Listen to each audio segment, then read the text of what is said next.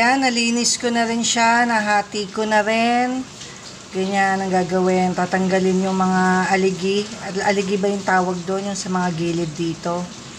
Tapos yun. Tapos ito, harina. Lalagyan ng harina. Yan. Pwede siya nakabukod na ilagay mo, harina.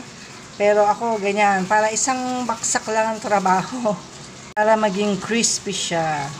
Lalagyan ng harina. Depende yan sa inyo kung gaano karami gusto nyo. Basta yung matabunan lang siya. Yan. Tapos lalagyan niya ng salt. Asa naman yung salt ko? Ayan.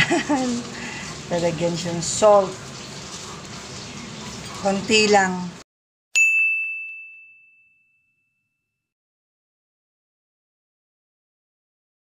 Tanggalin lang yung stapler. Siguraduhin yung walang stapler para hindi siya maligaw din sa lulutuin nyo. Pwede rin siyang lagyan ng chili pepper o kung ano-ano pang seasoning ang gusto nyo. Pero ako yan, harina, paminta, asin.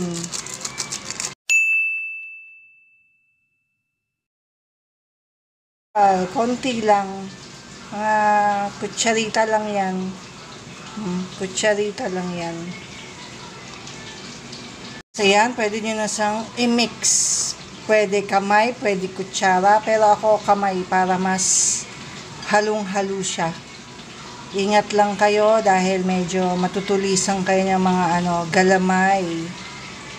Yan, pag nahalo nyo na siya, pwede na kayo magpainit ng mantika at pwede nyo na siyang i-deep fry.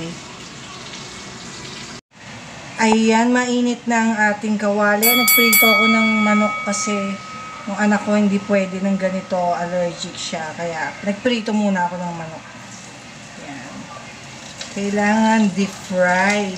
Dahil konti lang ang mantika, pwede na yan.